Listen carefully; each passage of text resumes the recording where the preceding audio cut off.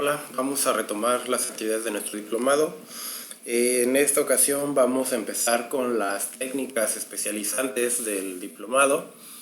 Recordemos que hasta ahorita hemos visto las bases y los fundamentos, vimos la propuesta, la organización de cómo es que se lleva a cabo una sesión. Les comentaba que pues tenemos actividades centrales, actividades que ya se enfocan a estimular las distintas áreas del desarrollo en las cuales nosotros trabajamos con una estimulación temprana. Recordando que son el área cognitiva, social afectiva, lenguaje, cognición y el área sensorial. Una buena sesión de estimulación temprana necesita estimular todas ellas en una sola sesión de manera equilibrada. Recuerden que debemos de buscar el punto de equilibrio para no adelantar nada al sujeto y para poder seguir adelante. Entonces vamos a empezar a ver algunas técnicas y estrategias que nos van a permitir diseñar y proponer actividades centrales o acciones específicas. Es decir, ustedes pueden meter una sesión de masaje, en este caso, para trabajar durante 5, 10, 15, 20 o 25 minutos una sesión de estimulación temprana como actividad central. Todo depende de lo que ustedes quieren estipular. Es entonces que vamos a hablar, como les comentaba, acerca del masaje infantil. Hablar de masaje infantil es un tema complejo porque está muy de moda. Actualmente muchas personas lo usan, lo manejan, pero en realidad son pocas las personas que conocen la gran cantidad de factores que nosotros debemos de tener en cuenta.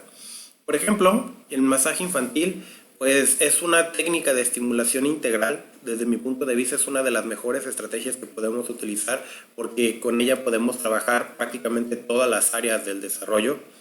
Es un elemento de cambio en las relaciones humanas, ya que tratamos de promover una cultura de la paz, una cultura más respetuosa hacia los niños, ya que es muy importante pedirles permiso y empezar a observar y escuchar sus reacciones para nosotros adecuar nuestra conducta de cuidado, atención o educación hacia ellos.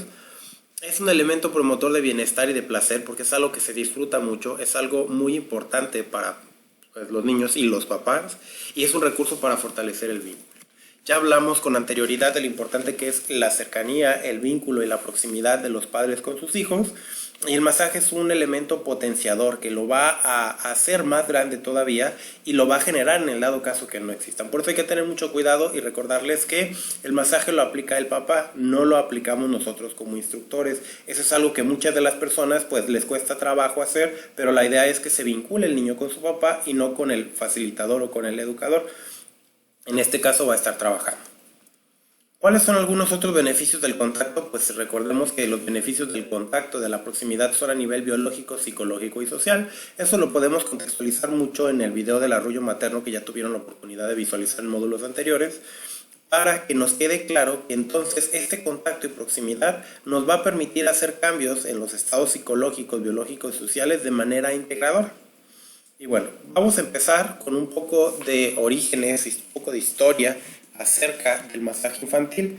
Pues este tiene un origen muy antiguo y milenario, recordando que forma parte de muchas culturas y que por desgracia se ha dejado de lado. Los primeros escritos en chino datan de hace 3000 años, donde se asociaba a un alivio a dolencias. Ya cerca de los libros Vedas, aproximadamente 180 años antes de Cristo, pues se hablaba de los masajes, dietas y ejercicios con actividades cotidianas como parte de la vida.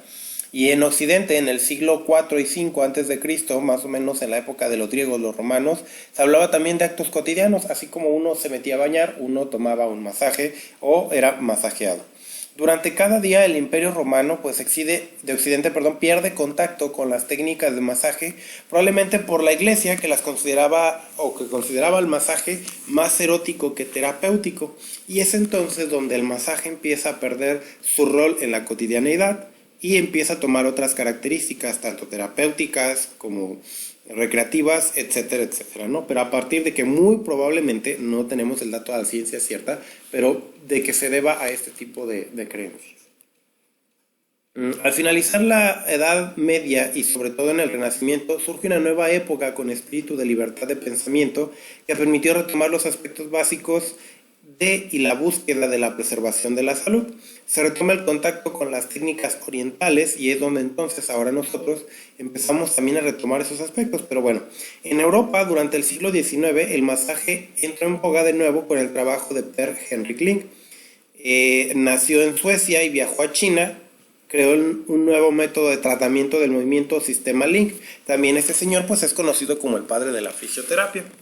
Durante el siglo XX, los avances no fueron lo suficientemente rápidos debido a la incorporación de la aparatología médica.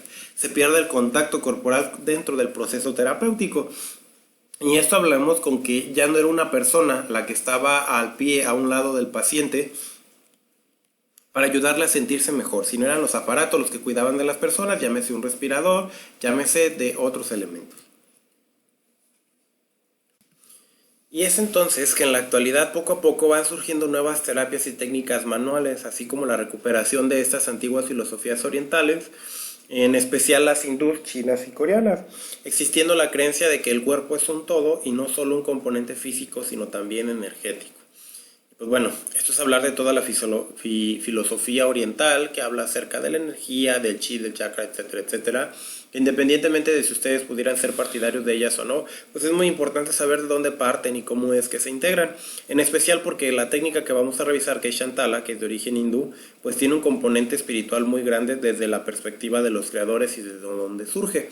Entonces mínimo que ustedes las conozcan y puedan pues integrarlas lo mejor que se pueda. Nosotros siempre les planteamos que es importante que lo aprendan tal cual es la propuesta para que luego ustedes puedan pues hacer alguna posible adecuación dependiendo de su práctica, pero es importante que la aprendamos pues bien, ¿no? Entre comillas. Actualmente y en pleno siglo XXI, pues debido al progreso de la ciencia, así como de la globalización de la información, el contacto intercultural ha crecido, permitiendo a las personas conocer diversas prácticas médicas y de salud realizadas en distintas partes del mundo, las cuales en el caso de los masajes pues se han fusionado mezclando un rigor científico y estas filosofías tradicionales orientales, dando inicio a una nueva filosofía del tacto y el contacto. Es aquí donde les platicamos que pues tiene mucho que ver en la parte científica, pero también pues tiene un origen muy filosófico, antropológico, que es importante respetar y conocer. Entonces, el masaje infantil es comúnmente practicado en Oriente e introducido en nuestra cultura occidental en la década de los 70 más o menos, combinando la tradición hindú, la metodología sueca y la reflexología para el masaje de los pies, y tiene como objetivo principal estimular los sentidos de los bebés.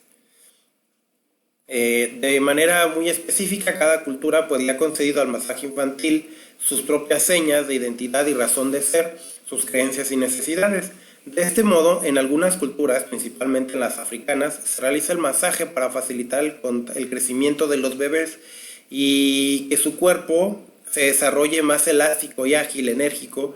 Por su parte, en la India se realiza un masaje más interiorizado de meditación con el niño, mientras que el masaje infantil en Occidente se ha planteado más como un masaje de escucha, respeto y comunicación.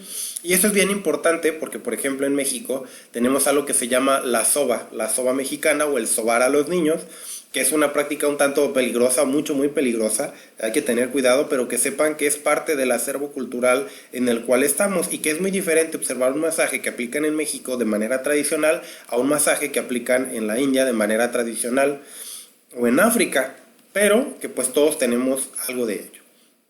Y es entonces que en la actualidad el masaje infantil pues existen varios nombres asociados a él, como es el caso de Frédéric Le Boyer, era un médico francés, un obstetra, que durante sus viajes a la India descubre y sistematiza la técnica de lo que él llamó Shantala, a la cual definió como el arte de dar amor. Y pues más adelante les voy a platicar la historia de Shantala, del por qué recibe este nombre a partir de esta historia que hablamos, ¿no? Pero hablar de Frédéric Le Boyer es hablar del, entre comillas, el que sistematizó, porque en realidad Shantala fue quien la hizo, pero Le Boyer fue el que la popularizó en nuestros continentes, ¿no? Por su parte, el nombre propio que se asocia al masaje infantil en Occidente es el de Vimala Schneider, fundadora de la Asociación Internacional de Masaje Infantil, cerca del año de 1981. Esta autora es la creadora de las técnicas de masaje infantil recogidas a partir de 4 principales propuestas, ¿no? Que es la tradición que proviene de la metodología sueca, la tradición hindú, la reflexología podal y algunas adaptaciones de posturas de yoga que se pueden hacer con niños y bebés. Y es muy importante que sepan que cada uno de estos autores propone un tipo de masaje o una técnica de masaje. En este caso, como la técnica que maneja la técnica de Vimala, pues tiene derechos de autor y muchas otras cosas, pues no la vamos a manejar, pero sí es bien importante que sepan que es otra propuesta integradora muy importante que ya tiene su sistematización propia, ha dado muy buenos resultados y que es necesario certificarse para poder aplicarla y poderla compartir con los padres, ¿no? Pero existen, ojalá y se queden ustedes con la curiosidad, ojalá alguno de ustedes pueda formarse para seguir adelante.